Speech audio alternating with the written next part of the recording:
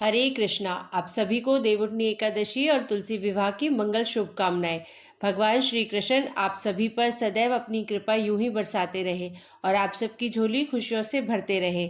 आज हम सुनेंगे कार्तिक मास महात्म्य का आगे का अध्याय, पर उससे पहले आप सुनेंगे आज की कहानी। आज की कथा में आप सुनेंगे एक सच्ची कहानी। यह कहानी है हमारे प्यारे वृंदावन की ब्रजभूमि की। वृंदावन की ब्रजभूमि में एक चंदन नाम का लड़का रहता। अपने माँ बाप का वह इकलौता बेटा था। दिन भर वह ब्रज की ब्रज में ही लोटपोट रहता, अपने सखाओं के साथ अटखेलियां करता, सखाओं के साथ गैया चराने जाता। शाम होने पर यमुना जी में स्नान करके वापस घर आकर अपने माँ बाप के चरण छूकर प्रसादी पाता। अब यही उसकी दिनचर्या हुआ करती थी। लेकिन उसी दौरान कुछ अनोखी घटनाएं भी हुई, जैसे कि चंदन में धीरे धीरे ठाकुर जी के प्रति सखी भाव जागृत होने लगा। अब वृंदावन में यह बहुत सामान्य बात है। मतलब ठाकुर जी के प्रति इतना प्रेम है लोगों के मन में कि वह ठाकुर जी के प्रति समर्पित हो जाते हैं और ठाकुर जी का प्रेम पाने के लिए सखी बन जाते हैं। अब चंदन के साथ भी कुछ ऐसा ही हुआ। अब वह ठाकुर जी की सखियों की तरह ही चलता, कभी कभी सर पर चुनरी भी ओढ़ता और कभी आंखों में काजल भी लगा लेता। अब एक दिन क्या हुआ कि उसके मामा, जो कि बनारस शहर में रहते थे, वृंदावन आए। जब उन्होंने चंदन को सखी भाव में देखा तो हैरान होकर चंदन की माँ से बोले कि चंदन तो आपका इकलौता बेटा है, इसको थोड़ा पढ़ा लिखा लो ताकि वह कुछ काबिल बन सके। चंदन के माता पिता उसके मामा की बात सुनकर सोचने लगे कि हाँ, कह तो यह ठीक ही रहा है, और उन्होंने चंदन को उसके मामा के साथ शहर में पढ़ने के लिए भेज दिया। अब शहर में पहले तो चंदन का मन ही नहीं लगा, लेकिन धीरे धीरे उसका मन वहां लग गया और बड़े अच्छे से पढ़ाई करने लगा। अब धीरे धीरे चंदन बड़ा होने लगा। चंदन चाहे शहर में रहकर वहां रच बस गया था, लेकिन उसके अंदर ब्रजरज का रस कूट कूट कर उसके प्रत्येक रोम रोम में बसा हुआ था, जो कि उसको कभी भी ब्रज से दूरी महसूस नहीं कराता था। इसलिए वह अपने आप को वहां कभी भी अकेला नहीं समझता था, क्योंकि वह अपने अंदर ही पूरे आनंद में रहता था। चंदन की कक्षा में एक छात्रा उसकी सखा बन गई, जिसका नाम था ललिता। अब ललिता के माता पिता का बचपन में ही स्वर्गवास हो चुका था। वह अपने नाना और नानी के साथ रहती थी। बहुत सीधी सादी लड़की थी। चंदन और ललिता की आपस में खूब बनती थी। स्कूल खत्म होने पर दोनों इकट्ठे ही आगे की पढ़ाई के लिए कॉलेज में प्रवेश हुए। वहां पर इकट्ठे ही पढ़े। चंदन की पढ़ाई अब खत्म हो चुकी थी। अब वह अपने घर वृंदावन धाम जाने के लिए तैयार हुआ, तो उसने ललिता को कहा, क्या तुम मेरे साथ वृंदावन धाम चलोगी? तो ललिता ने अपने नाना और नानी की आज्ञा लेकर चंदन के साथ जाना स्वीकार कर लिया। अब जब चंदन अपने मामा जी से विदा लेकर वृंदावन धाम पहुंचा, तो वृंदावन में कदम रखते चंदन के हाव भाव बदल से गए। वह तो एकदम से सखी भाव में आ गया। उसकी चाल नर से नारी जैसी हो गई। वह अपनी कमर पर हाथ रखकर चलने लगा। अचानक से उसकी चाल में आए परिवर्तन को देखकर ललिता हैरान होकर उसको देखती ही रह गई, लेकिन वह बोली कुछ नहीं। अब जब चंदन अपने घर पहुंच चुका था, तो घर जाकर उसने अपने माता पिता के चरण छुए और ललिता के बारे में उन सबको बताया। ललिता की सुंदरता और सादगी को देखकर चंदन के माता पिता भी बहुत प्रसन्न हुए। अब ललिता को वृंदावन में आए हुए काफी दिन हो चुके थे, तो जब उसने चंदन से वापस जाने की आज्ञा मांगी, तो चंदन ने अचानक से ही उसको कहा कि क्या तुम मेरी जीवन संगिनी बनोगी? अब अचानक यह सुनकर ललिता घबरा गई और लजा सी गई, और उसने मुस्कुराकर हाँ में हामी भर दी। अब उन दोनों की शादी बड़ी धूमधाम से संपन्न हो गई, लेकिन ललिता को कभी कभी चंदन का व्यवहार अजीब सा लगता था। चंदन कभी कभी अपनी आंखों में काजल लगाकर और सर पर चुनरी ओढ़कर, कमर पर हाथ रखकर न जाने कौन सा नृत्य करता और किसको रिझाता। ललिता को वह सब समझ ही नहीं आता था। तब एक दिन उसने पूछा कि आप कभी कभी ऐसा रूप क्यों धारण कर लेते हो? तो चंदन ने मुस्कुराकर उसकी तरफ देखा, और तभी उसने मन में कुछ निश्चय किया और कहा कि हे प्रिय, कल तुम सुबह तैयार हो जाना, मुझे तुम्हें लेकर कहीं जाना है। अब ललिता को वैसे तो कुछ भी समझ नहीं आया, लेकिन पति की आज्ञा को मानकर वह सुबह उठकर जल्दी तैयार हो गई। चंदन उसको बरसाना धाम ले गया और किशोरी जी के निज महल में जाकर उसने अपने पाँव में घुंघरू बांधकर, आंखों में काजल लगाकर, कमर पर चुनरी बांधकर नृत्य करना शुरू कर दिया। अब ललिता उसको देखकर हैरान हो रही थी कि अचानक से चंदन को क्या हो गया है। वह तो बस अपनी धुन में किशोरी जी के आगे नृत्य करता जा रहा था। उसका नृत्य इतना मंत्रमुग्ध करने वाला था कि वहां पर आए सभी भक्तजन ठिठक कर उसके नृत्य का आनंद ले रहे थे। बाहर से कभी कभी पवन का एक झोंका आकर चंदन के नृत्य का आनंद ले जाता और कभी कभी सूरज की किरणें अंदर आकर चंदन के पैरों में बजते हुए नुपुर से निकली हुई राधे राधे की ध्वनि को सुनकर आनंदित हो जाती। जब चंदन थोड़ा शांत हुआ तो उसने ललिता को बताया कि वह हमारी लाडली सरकार है, इनको नमन करो। ललिता को तब भी कुछ समझ में नहीं आया और वह अभी भी असमंजस में ही थी। किशोरी जी को प्रणाम करके वह वापस वृंदावन आ गए। अब दूसरी ओर उसी शाम को ठाकुर जी और किशोरी जी यमुना जी में नौका विहार करने के लिए निकले।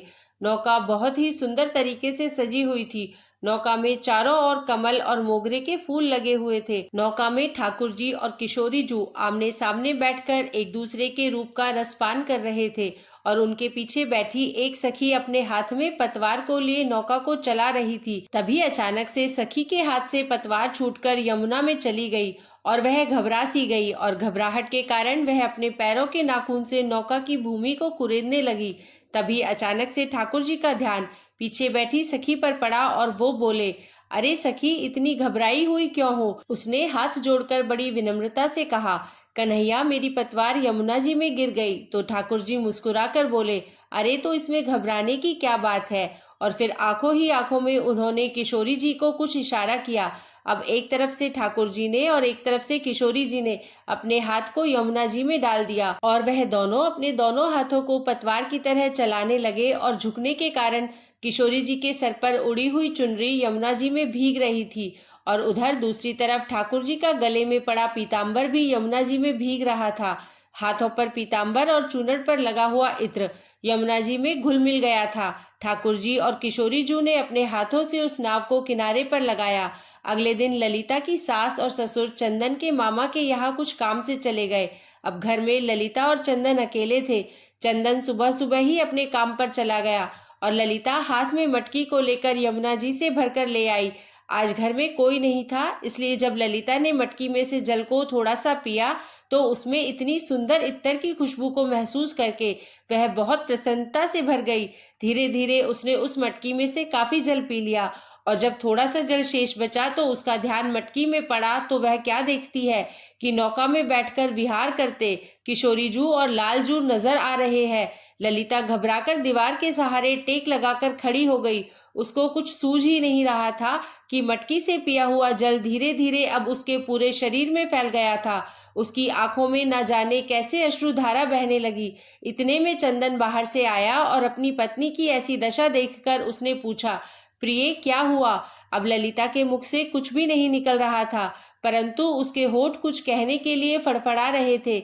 सांसें जोर जोर से चल रही थी, आंखों की पलकें हिल भी नहीं रही थी। चंदन ने जब उसको झिंझोड़कर बार बार पूछा तो उसने मटकी की तरफ इशारा किया। अब जब चंदन ने मटकी की तरफ देखा तो उसको भी ठाकुर जी और किशोरी जी की नौका विहार की छवि दिखाई दी और फिर तो वह झूम झूम कर नाचने लगा और ललिता को पकड़कर उसने खींचकर जोर से अपने अंक में भींच लिया और कहने लगा, अरे प्रिय, आज तुझे मेरे ब्रज ने स्वीकार कर लिया है, आज तुझे मेरे श्यामा श्यामजू ने स्वीकार कर लिया है। ललिता कुछ समझ नहीं पा रही थी और चंदन की तरफ देखे ही जा रही थी। तो चंदन ने उसको समझाते हुए कहा कि तुम्हारे कोई पुण्य कर्म थे जो तुझे ब्रज में कदम रखने का सौभाग्य प्राप्त हुआ, लेकिन ब्रज में कदम रखकर तुम्हें सुख प्राप्त हो रहा था, लेकिन उस सुख को आनंद में बदलने के लिए तुझे किशोरी जी की आज्ञा की प्राप्ति जरूरी थी। इसलिए मैं तुझे बरसाना धाम ले गया था ताकि तुझे भी वहां पर किशोरी जी का आशीर्वाद प्राप्त हो। यह उन्हीं की कृपा प्राप्ति है जो आज तुम्हें ठाकुर जी और किशोरी जी के नौका विहार के दर्शन इस मटकी में ही प्राप्त हो गए, क्योंकि आज तुझे ठाकुर जी और किशोरी जी ने अपना लिया है। जो यमुना जी का जल धीरे धीरे उसके शरीर में प्रवेश हुआ था, वह ठाकुर जी और किशोरी जी की कृपा की छलनी से उसके पाप नीचे बैठ गए थे और अब उसके पुण्य कर्म ऊपर थे। इसलिए ललिता को आनंद की प्राप्ति हो चुकी थी। ब्रज में तो हर कोई आता जाता रहता है और उसको सुख की प्राप्ति भी होती रहती है, लेकिन जिस पर ठाकुर जी और किशोरी जी की कृपा हो उसको सुख के साथ साथ ठाकुर जी के आनंद की भी प्राप्ति होती है। इसलिए हमें ठाकुर जी के मीठे आनंद को अपने रोम रोम में प्रवेश प्रवेश करा के उस आनंद से प्राप्त प्रेम की मृग तृष्णा को इतना बढ़ाए कि वह प्रेम आंखों से निकलने लगे और आंखों से निकलने वाले नमकीन अश्रु के द्वारा बहकर ठाकुर जी और किशोरी जी की मीठी कृपा से सराबोर हो सके। और अब प्रेम से बोलिए युगल जोड़ी सरकार की जय हो। अब सुनिए आज का कार्तिक मास महात्म्य। आज के इस वीडियो में आप जानेंगे तुलसी जी की महिमा के बारे में। कार्तिक महीने में जो भी भक्त नित्य स्नान करके पवित्र होकर कोमल तुलसी दल से भगवान विष्णु की पूजा करते हैं वह निश्चय ही मोक्ष प्राप्त करते हैं। पूर्व काल में भक्त विष्णुदास भक्ति पूर्वक तुलसी पूजन से शीघ्र ही भगवान के धाम को चला गया और राजा चोल उसकी तुलना में गौण हो गए। तुलसी जी से भगवान की पूजा पाप का नाश और पुण्य की वृद्धि करने वाली है। अपनी लगाई हुई तुलसी जितना ही अपनी जड़ को फैलाती है उतने ही सहस्त्र युगों तक मनुष्य ब्रह्मलोक में प्रतिष्ठित रहता है। अगर कोई तुलसी मिले जल में स्नान करता है तो वह पाप मुक्त होकर धन्य हो जाता है। जिसके घर में तुलसी का पौधा विद्यमान है उसका घर स्वयं तीर्थ के समान हो जाता है। वहाँ यमराज के दूत भी नहीं जाते। जो मनुष्य तुलसी काष्ठ संयुक्त गंध धारण करता है कोई पाप उसके शरीर का स्पर्श नहीं कर पाते। जहाँ तुलसी वन की छाया हो वहीं पर पितरों की तृप्ति के लिए श्राद्ध करना चाहिए। जिसके कान में, मुख में और मस्तक पर तुलसी जी के पत्ते की छाया अर्थात निशानी दिखाई देती है उस पर भूत प्रेत की कोई छाया नहीं पड़ सकती। आदिकाल में हरिमेधा और सुमेधा नाम के दो ब्राह्मण थे। वह जाते जाते किसी दुर्गम वन में परिश्रम से व्याकुल हो गए तो वहां उन्होंने एक स्थान पर तुलसी दल देखा। सुमेधा ने तुलसी जी का महान वन देखकर उसकी परिक्रमा की और भक्ति पूर्वक प्रणाम किया। यह सब देखकर हरिमेधा ने उससे पूछा कि तुमने अन्य सभी देवताओं और तीर्थ व्रतों के रहते केवल तुलसी वन को क्यों प्रणाम किया। तब सुमेधा ने बताया कि प्राचीन काल में जब दुर्वासा के श्राप से देवराज इंद्र का ऐश्वर्य छिन गया तब देवताओं और असुरों ने मिलकर समुद्र मंथन किया। तब धन्वंतरी रूप भगवान श्री हरि और अन्य दिव्य औषधियां प्रकट हुई। उन दिव्य औषधियों में मंडलाकार तुलसी जी उत्पन्न हुई जिसे ब्रह्मा आदि देवताओं ने श्री हरि को समर्पित किया और भगवान ने उसे तुरंत ही ग्रहण कर लिया। भगवान नारायण संसार के रक्षक और तुलसी जी उनकी प्रियतम है इसलिए मैंने उन्हें प्रणाम किया है। सुमेधा इस प्रकार कह ही रही थी कि सूर्य के समान अत्यंत तेजस्वी विमान उनके निकट उतरा। उन दोनों के समक्ष ही वहां एक बरगद का वृक्ष गिर पड़ा और उसमें से दो दिव्य पुरुष प्रकट हुए। उन दोनों ने हरिमेधा और सुमेधा को प्रणाम किया। तब दोनों ब्राह्मणों ने उनसे पूछा कि आप कौन हैं और हमें प्रणाम क्यों कर रहे हैं। तब उनमें से जो बड़ा था वह बोला, मेरा नाम आस्तिक है। एक दिन मैं नंदन वन में क्रीड़ा करने गया था तो देवांगनाओं ने मेरे साथ इच्छा अनुसार विहार किया। उस समय उन युवतियों के हार के मोती टूटकर तपस्या करते हुए लोमश ऋषि पर गिर पड़े। यह देखकर मुनि को बहुत क्रोध आया। उन्होंने सोचा कि स्त्रियां तो परतंत्र होती है अतः यह उनका अपराध नहीं, अवश्य ही दुराचारी आस्तिक ही श्राप के योग्य है। ऐसा सोचकर उन्होंने मुझे ही श्राप दे डाला कि अरे तू ब्रह्म राक्षस होकर बरगद के पेड़ पर निवास कर। जब मैंने उनसे विनती करके उन्हें प्रसन्न किया तो उन्होंने श्राप से मुक्ति की विधि सुनिश्चित कर दी और कहा कि जब तू किसी योग्य ब्राह्मण के मुख से तुलसी दल की महिमा सुनेगा तो तत्काल तुझे उत्तम मोक्ष की प्राप्ति हो जाएगी और तू श्राप से मुक्त हो जाएगा। इस प्रकार मुक्ति का शाप पाकर मैं चिरकाल से इस वट वृक्ष पर निवास करता था और आज दैववश आपके दर्शन से मुझे मुक्ति मिल गई है।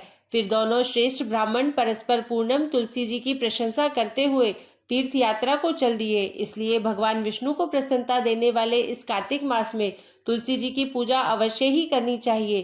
द्वापर युग का प्रारंभ कार्तिक शुक्ल नवमी को हुआ था, इसलिए कार्तिक शुक्ल नवमी से एकादशी तक मानव विधि विधान से तुलसी विवाह का उत्सव करे तो उसे सर्वश्रेष्ठ दान कन्यादान का फल प्राप्त होता है। पूर्व काल में कनक की पुत्री किशोरी ने एकादशी के दिन संध्या के समय तुलसी जी के वैवाहिक विधि संपन्न की थी। इससे वह वैधव्य दोष से मुक्त हो गई थी। जानिए तुलसी जी के विवाह की विधि क्या है। अपनी भक्ति और सामर्थ्य के अनुसार 1, आधा, चौथाई या 9 मिश्रित धातुओं से विष्णु जी और तुलसी जी की प्रतिमाएं बनवाए। आप मिट्टी की प्रतिमाएं भी बनवा सकते हैं। फिर तुलसी जी और भगवान विष्णु की प्रतिमा में प्राण प्रतिष्ठा करके स्तुति आदि के द्वारा भगवान को निद्रा से जगाए। फिर पुरुष सूक्त से व षोडशोपचार से पूजा करे। पहले देश काल स्मरण करके गणेश जी का पूजन करे। फिर पुण्य वाचन करके वेद मंत्रों का उच्चारण करते हुए शंख और घंटी बजाते हुए भगवान विष्णु की प्रतिमा को तुलसी जी के समीप लाकर रख दे। प्रतिमा को सुंदर वस्त्र और अलंकारों से सजाए। तुलसी जी की प्रतिमा के स्थान पर आप तुलसी जी के पौधे का भी प्रयोग कर सकते हैं। उस समय भगवान का आवाहन इस मंत्र से करें, आगच्छ भगवत देव अर्चध्यामि केशवम तुभ्यम दास्यामि तुलसीम सर्व काम प्रदो भव। अर्थात हे भगवान केशव, आइए आइए देव, मैं आपकी पूजा करूंगा, आपकी सेवा में तुलसी को समर्पित करूंगा, आप मेरे सभी मनोरथ को पूर्ण कीजिए। फिर 3 बार अर्घ और पाद्य अर्पण करके भगवान को समर्पित कर दें। फिर कांसे के पात्र में दही, घी और शहद रखकर उसे कांसे के ढक्कन से ढककर भगवान को अर्पण करते हुए इस प्रकार कहें कि हे श्री हरि, हे वासुदेव, आपको नमस्कार है, यह मधुपर्क ग्रहण कीजिए। फिर दोनों को एक दूसरे के समक्ष रखकर मंगल पाठ करें।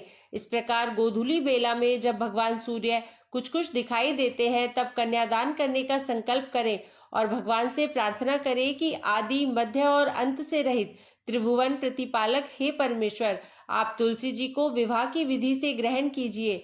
यह वृंदावन की भस्म में स्थित रहती है और आदि, मध्य और अंत में शून्य है। आपको तुलसी जी अत्यंत प्रिय है, अतः मैं इन्हें आपकी सेवा में समर्पित करता हूँ। मैंने जल के घड़ों से सींचकर और अन्य सभी प्रकार की सेवाएं करके अपनी पुत्री की तरह इन्हें पाला, पोसा और बढ़ाया है और आपकी तुलसी आपको ही समर्पित कर रहा हूँ। इसलिए हे प्रभु, आप कृपा करके इसे ग्रहण कीजिए। भगवान विष्णु को फिर तुलसी जी का दान करके तुलसी जी और भगवान विष्णु की पूजा करें। अगले दिन प्रातः काल में फिर से पूजा करें। अग्नि की स्थापना करके उसमें द्वादक्षर मंत्र से खीर, घी, मधु और तिल मिश्रित द्रव्य को 108 आहुति दें। आप चाहें तो पंडित जी को बुलवाकर होम की शेष पूजा भी करवा सकते हैं। तब भगवान से प्रार्थना करके कहें कि हे प्रभु, आपकी प्रसन्नता के लिए मैंने यह व्रत किया, इसमें जो कुछ भी कमी रह गई हो वह आपके प्रसाद से पूर्णता को प्राप्त हो जाए। अब आप तुलसी जी सहित बैकुंठ धाम को पधारे। आप मेरे द्वारा की गई पूजा से संतुष्ट होकर मुझे कृतार्थ करते रहें। इस प्रकार व्यक्ति तुलसी विवाह का पारायण करके फिर भोजन करे और भोजन करने के बाद तुलसी जी के अपने आप गिरे हुए पत्तों को खाकर सभी पापों से मुक्त होकर भगवान के धाम को प्राप्त हो जाता है। भोजन में आंवला और बेर का फल खाने से हर प्रकार का दोष दूर हो जाता है। आज के अध्याय में बस इतना ही। अगले अध्याय में हम जानेंगे कि तुलसी दल किस प्रकार से तोड़ना चाहिए, तुलसी दल कब कब तोड़ना चाहिए, कब नहीं तोड़ना चाहिए। यह जानने के लिए आप अगले अध्याय को जरूर सुनिएगा। अब सुनिए पंचभीखू व्रत की कहानी। एक बार किसी गांव में एक साहूकार था और उसके एक बेटा और बहू भी थे। बहू कार्तिक माह में रोज सवेरे उठकर गंगा स्नान के लिए जाती थी। सुबह जल्दी जाते समय वह किसी भी पराये पुरुष का मुंह नहीं देखती थी। एक राजा का बेटा भी सुबह सवेरे गंगा स्नान के लिए जाता था और वह हैरान होता कि मैं इतनी जल्दी उठता हूँ स्नान के लिए, लेकिन कोई है जो मुझसे भी जल्दी उठकर स्नान कर लेता है। कार्तिक माह के 5 दिन बचे थे कि एक दिन साहूकार की बहू तो स्नान करके वापस जा रही थी और उसी समय राजा का बेटा स्नान करने के लिए नदी के किनारे आ रहा था। आवाज सुनकर बहू जल्दी जल्दी जाने लगी, लेकिन जल्दबाजी में उसकी माला मोजड़ी छूट गई। राजा के बेटे ने बहू की माला मोजड़ी उठा ली और सोचने लगा कि जिस स्त्री की यह माला मोजड़ी इतनी सुंदर है वह स्त्री खुद कितनी सुंदर होगी। उसने पूरे गांव में घोषणा करवा दी कि जिसकी यह माला मोजड़ी है वह 5 रात मेरे पास आएगी। जल्दी ही राजकुमार को पता चल गया कि यह तो साहूकार की बहू की माला मोजड़ी है। जब बहू को यह बात पता चली तो साहूकार के बेटे की बहू ने कहलवा दिया कि मैं 5 रात आऊंगी, लेकिन किसी को साख भरने बिठा देना। राजा के बेटे ने एक तोते को पिंजरे में बंद करके गंगा किनारे पेड़ पर टांग दिया। बहू सुबह के समय आई, पहली पैड़ी पर पैर रखा और बोली, हे कार्तिक के ठाकुर, राई दामोदर, 5 पांडव, छठे नारायण, भीखम राजा, उस पापी को नींद आ जाए। राजा के बेटे को नींद आ गई। बहू नहा धोकर चलने लगी तो तोते से जाते जाते बोली, सुआ सुआ तेरे गल डालूंगी हीरा, मेरी साख भरियो मेरे वीरा। सुआ बोला, कोई वीर भी कभी किसी की साख भरता है क्या? तो वह बोली, सुआ सुआ तेरे पग घालूंगी नेवर, साख भरियो मेरे देवर। सुआ ने कहा, ठीक है भाभी, मैं तेरी साख रखूंगा। वह तो कहकर चली गई। इधर राजा का बेटा हड़बड़ा कर उठा और सुवा से पूछा, सुवा सुवा वह आई थी क्या, कैसी दिखती थी? सुवा बोला, आभा किसी बिजली, होली किसी झल, केला किसी कामनी, गुलाब का सा रंग। अगले दिन तो राजा के बेटे ने सोचा कि आज मैं अपनी उंगली में चीरा लगाकर बैठूंगा, इससे मुझे नींद नहीं आएगी। अगले दिन राजकुमार अंगुली चीरकर लेट गया। बहू फिर आई और भगवान से उसी तरह प्रार्थना करने लगी। राजकुमार को फिर से पहले की तरह नींद आ गई। बहू स्नान करके फिर से वापस चली गई। सुबह राजकुमार ने तोते से फिर पूछा। तोते ने वही सारी बातें दोहरा दी। अब की बार राजकुमार बोला कि मैं तो आज रात में आंखों में मिर्ची डालकर बैठूंगा, और रात में वह मिर्ची डालकर बैठ गया। बहू फिर आई और प्रार्थना की से राजकुमार को पहले की तरह नींद आ गई। राजकुमार ने अब फिर तोते से बहू के आने की बात पूछी तो उसने फिर से वही बातें दोहरा दी। राजकुमार अब की बार सोचने लगा कि आज मैं बिना बिस्तर के ही बैठूंगा, और रात को वह बिना बिस्तर के बैठ गया। अगली सुबह जब वह स्नान करने आई तो बहू ने फिर से भगवान से प्रार्थना की और राजकुमार को फिर नींद आ गई। जब बहू स्नान कर जाने लगी तो आंखें बंद करके चली गई। राजकुमार जब उठा तो वह जा चुकी थी। राजकुमार फिर से सोच में पड़ गया और सोचने लगा कि आज मैं अंगीठी जलाकर बैठूंगा जिससे नींद नहीं आएगी। फिर वह रात को अंगीठी जलाकर बैठ गया। साहूकार की बहू आई और वह भगवान से प्रार्थना करने लगी कि हे प्रभु, हे ठाकुर जी, आपने 4 रातें तो निकाल दी, अब यह रात और बची है, इस आखिरी रात को भी निकाल दो। ठाकुर जी ने उसकी बात रख ली और राजकुमार को नींद आ गई। जब बहू स्नान कर जाने लगी तो तोते से बोली कि सुबह सुबह इस पापी को कह देना कि 5 रातें पूरी हो चुकी है, अब वह मेरे मोतियों की माला मेरे घर भिजवा दे। अगली सुबह राजकुमार की आंख खुली तो उसने तोते से पूछा, क्या वह आई थी? तोते ने कहा, हाँ आई थी, और उसने अपनी माला मोजड़ी मंगवाई है। यह सुनकर राजकुमार सोचने लगा कि वह तो सच्ची थी, तभी तो भगवान ने भी उसका सत्य रखा। कुछ समय के बाद राजकुमार को कोढ़ हो गया। राजा ने ब्राह्मण को बुलाकर पूछा कि मेरे बेटे का शरीर क्यों जल रहा है। तब ब्राह्मण ने सारी बातें विस्तार से राजा को बताई कि इसने क्या किया था। ब्राह्मण ने कहा कि इसने पतिव्रता स्त्री पर बुरी नजर डाली थी, इसलिए यह इस रोग से पीड़ित हुआ है। राजा ने इसके ठीक होने का उपाय पूछा तो ब्राह्मण ने कहा कि अगर यह उस साहूकार की बहू को धर्म की बहन बनाए और रोज उसके नहाए हुए जल से स्नान करे तभी ठीक हो सकता है। राजा साहूकार की बहू की माला लेकर साहूकार के घर गया और बोला कि यह माला आपकी पुत्रवधू की है, इसे रख लीजिए और आपकी बहू के नहाए हुए जल से मेरे बेटे को नहला दीजिए। साहूकार बोला कि मेरी बहू तो किसी पराये पुरुष का मुंह तक नहीं देखती, आप उसे इस नाली पर बिठा दीजिए। जब वह ऊपर नहाएगी तब नीचे इस नाली के पानी से आपका पुत्र नहा लेगा। राजकुमार ने ऐसा ही किया। कुछ समय बाद उसका शरीर चंदन सा हो गया। हे पंचभीखु देवता, जैसे आपने साहूकार की पुत्र वधू का सत रखा वैसे ही सभी का रखना। पूनो नहाई पड़वा नहाई, 5 रतन 5 तीरथ, 5 भीकम नहाई, 1 टका मेरी गांठ में सुनियो रघुराई। आधे का लाई आंवला, आधे की राई, राई दामोदर सावला, जिसने सृष्टि रचाई। राजा के घर उतरी पुत्री बनाई, राजा लाया ब्याह के रानी बन आई। 4 चक्कर 4 मक्कर 4 दिए की लौ, मैं तुझसे पूछूं श्री कृष्ण जी कब निस्तारा होए। जब आएगा कार्तिक का महीना तब निस्तारा होए। प्रेम से बोलिए पंचभीखु देवता की जय। अब सुनिए तुलसी चालीसा और आरती। श्री तुलसी महारानी करु विनय सिरनाए, जो मम हो संकट विकट दीजे मात नशाए। नमो नमो तुलसी महारानी, महिमा अमित न जाए बखानी। दियो विष्णु तुमको सन्माना, जग में छायो सुयश महाना। विष्णु प्रिया जय जयति भवानी, तिहु लोक की हो सुख खानी। भगवत पूजा कर जो कोई, बिना तुम्हारे सफल न होई। जिन घर तब नहीं होए निवासा, उस पर करहीं विष्णु नहीं बासा। करे सदा जो तब नित सुमिरन, तेहि के काज होए सब पूरन। कार्तिक मास महात्म तुम्हारा, ताको जानत सब संसारा। तव पूजन जो करे कुवारी, पावे सुंदर वर सुकुमारी। कर जो पूजन नित प्रति नारी, सुख संपत्ति से होए सुखारी। वृद्धा नारी करे जो पूजन, मिले भक्ति होवे पुलकित मन। श्रद्धा से पूजे जो कोई, भवनिधि से तर जावे सोई। कथा भागवत यज्ञ करावे, तुम बिन नहीं सफलता पावे। छायो तब प्रताप जग भारी, ध्यावत तुम ही सकल चित्तधारी। तुम ही मात्र यंत्रन तंत्रन, सकल काज सिद्धि होवे क्षण में। औषधि रूप आप हो माता, सब जग में तब यश विख्याता। देव ऋषि मुनि और तपधारी, करत सदा तब जय जयकारी। वेद पुराणन तब यश गाया, महिमा अगम पार नहीं पाया। नमो नमो जय जय सुखकारनी, नमो नमो जय दुख निवारिणी। नमो नमो सुख संपत्ति देनी, नमो नमो अघ काटन छेनी। नमो नमो भक्तन दुख हरनी, नमो नमो दुष्टन मद छेनी। नमो नमो भव पार उतारनी, नमो नमो परलोक सुधारनी। नमो नमो निज भक्त उबारनी, नमो नमो जन काज सवारनी, नमो नमो जय कुमति नशावनी, नमो नमो सुख उपजावनी। जयति जयति जय तुलसी माई, ध्याऊं तुमको शीश नवाई। निज जन जानी मोही अपनाओ, बिगड़े कारज आप बनाओ। करूँ विनय मैं मात तुम्हारी, पूरन आशा करहु हमारी। शरण चरण कर जोरी मनाऊं, निष दिन तेरे ही गुण गाऊं। करहु मात यह अब मोह परदाया, निर्मल होय सकल मम काया। मांगू मात यह बर दीजे, सकल मनोरथ पूर्ण कीजे। जानू नहीं कुछ नेम अचारा, क्षमहु मात अपराध हमारा। 12 मास करे जो पूजा, तासम जग में और न दूजा। प्रथम ही गंगा जल मंगवावे, फिर सुंदर स्नान करावे।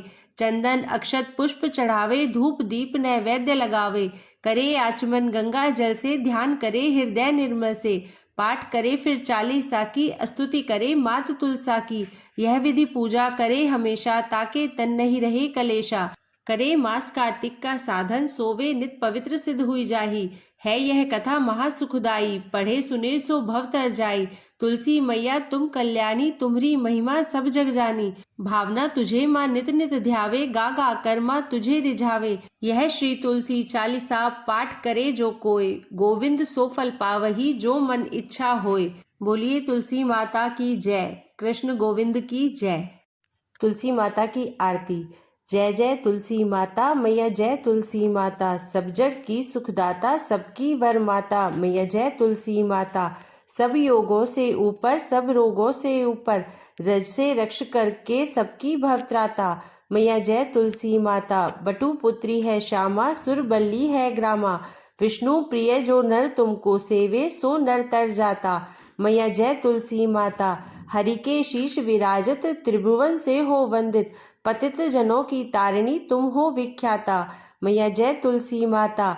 लेकर जन्म विजन में आई दिव्य भवन में, मानव लोक तुम्ही से सुख संपत्ति पाता मैया जय तुलसी माता। हरि को तुम अति प्यारी, श्याम वर्ण सुकुमारी। प्रेम अजब है उनका, तुमसे कैसा नाता। हमारी विपदा हरो तुम, कृपा करो माता मैया जय तुलसी माता। बोलिए तुलसी मैया की जय, कृष्ण गोविंद की जय।